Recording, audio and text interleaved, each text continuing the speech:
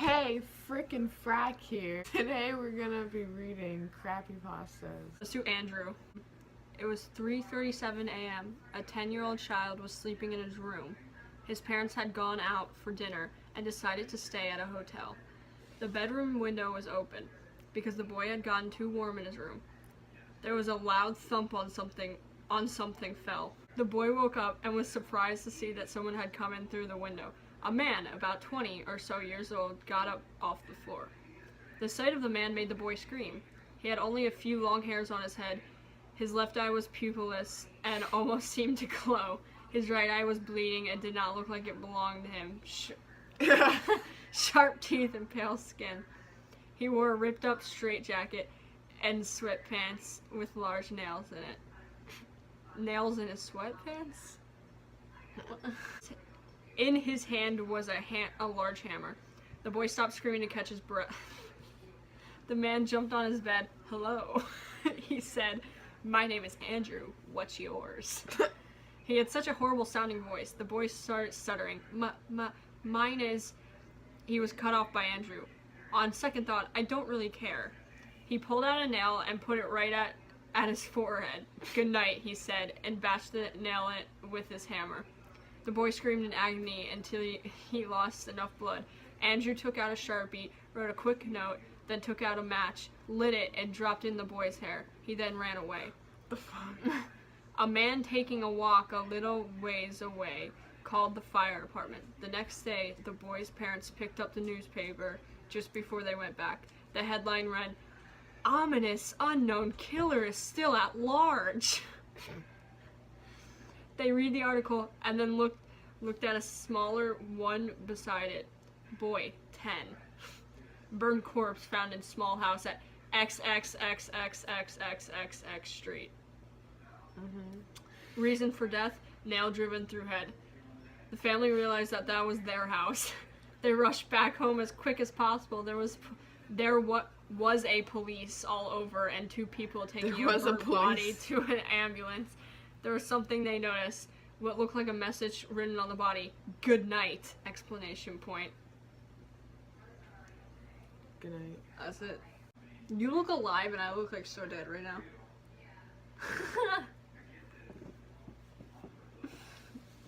Okay, next one. Jeff the Killer poem. I'm beautiful, right, Mommy? You still think I'm beautiful, right? No, you don't, you lying bitch. You wanted Daddy to shoot me with his shotgun. You really thought I wouldn't put up a fight? You lied to me, Mommy. Now I'm going to slit your throat. Do you want fresh blood on your new coat? But what's this? Daddy was trying to rush at me. Don't worry, Mommy. I spilled his guts, you see. Why do you think I'm ugly, Mommy? All I wanted to do was smile forever. You said you'd always love me and you wouldn't hate me, ever.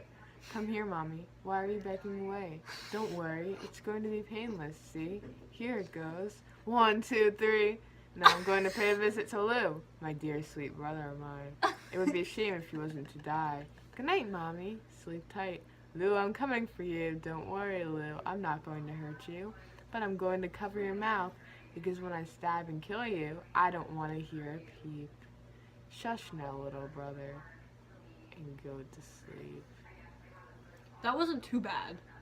It kind of sucked, but it wasn't like the worst. Do you want to do playtime? Yeah. Max was laying in his bed, half asleep, staring at the ceiling. He was trying to just close his eyes and drift away. He went to look at his clock. It was 2 a.m. He saw something. He couldn't really make it out. It looked like two white eyes. Suddenly, a hand came over his mouth and heard these words, "Shh, just go to sleep." A rusty, blood-stained knife came down towards Max. He managed to jerk his head to the side and kick the figure in the stomach. Now, that's not how to treat a guest. Max then recognized the person. Jeff, you're Jeff. Jeff left out a crackling laughter and lunged towards Max. Max dodged the knife, but soon after Jeff slashed at him and cut him in the stomach, Max made a run for the door, but was tackled by Jeff. Jeff's blade had pierced Max's arm. Max screamed in agony as Jeff started walking towards him. Max managed to pull the knife out of his stomach and run downstairs, but to his shock found his parents with multiple holes in their chest and bloody writing on the wall saying, "Go to sleep." That's original. Max's terror now turned to rage. Every he had left was now filled anger. Max turned around but saw Jeff smile. Jeff kicked Max onto a glass table. Max got up, shakes it off, and lunged towards Jeff. Max pulled the knife towards Jeff's head.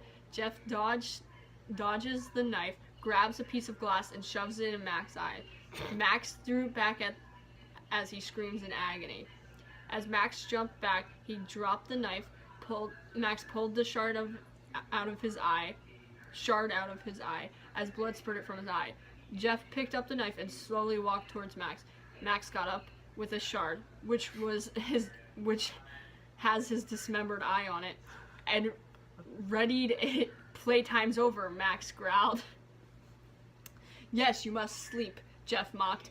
Jeff slashed at Max. Max dodged and stabbed Jeff in the shoulder. You're a tough one, aren't you? Jeff said. He drove the knife into Max's thigh. Max screamed and started punching Jeff in the face. Jeff grabbed him and threw him into the kitchen. Jeff jumped onto Max and wrapped his hands around his neck. Playtime's over. Max kicked Jeff off of him and shoulder bumped him into the wall. Jeff grabbed a bottle of whiskey and smashed it over his head. Max fell backwards onto the kitchen table. As he lay there drenched in blood and whiskey, Jeff crouched in front of him and pulled out the bloodstained knife. You know you are my toughest kill yet. Congrats. This is so bad. Jeff pulled out a lighter and threw it on Max. A huge flame burst from the whiskey. He just threw the lighter on him. Berg! Jeff ran out of the house as Max burns out of the window. One of the curtains caught on fire, which soon led to the house burning down. My nose is really itchy. As Max ran through the woods behind his now burned down house, scorching the forest behind him, he eventually fell into a river, pulling out the flame as Max emerged from the water. He had a severely burnt face with an eye missing. A chip of his face had been removing, showing his brain. He started down into the water, smiling, laughing uncontrollably. Every fragment of his sanity was gone. Over a night? All he wanted was the death of Jeff. He didn't care how long it would take or how hard it would be. As Max stumbled out of the woods, he saw a man. He wore creased, striped shirt and stained pants. Max walked up to him quietly until he caught the sight of him. He gasped as he saw Max's face. Hey, buddy, you alright? Max burst into uncontrollable laughter and ran towards him. The man started to run, but as he was tackled by Max, Max shoved his thumbs into his eyes and gouged his eyes out. Max then snapped his arm and to end it all twisted his head around until it tore off. Max stood up with his blood-stained shirt and said, "Playtime's over." Psycho Naruto. I was scrolling through Netflix back when Naruto was still on Netflix. I decided to watch Naruto. I noticed that at the seasons list was season 0. I tried to ignore it, but curiosity got the best of me. It only had one episode titled Psycho Naruto. I clicked it. I wish I hadn't.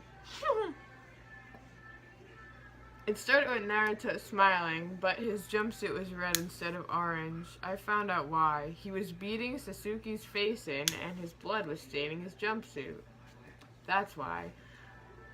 Naruto would never do this without a reason. It flashed to Naruto stabbing Kakashi in the eye. It was a Sharingan eye. I took it out and licked it. I nearly puked. It then flashed to a door that I realized was Naruto's. I heard Sakura screaming and someone or something was banging on the door. It turns out Naruto was raping Sakura. It then flashed to Naruto trying to kill Neji. He was trying to cut out his heart. I turned it off. I was having dreams about that Naruto. He was saying, "Why did you stop watching?" I never saw Naruto on Netflix again. Those crappy pastas, and they suck. They're really bad. Yeah. Thank you for watching if you did. Bye!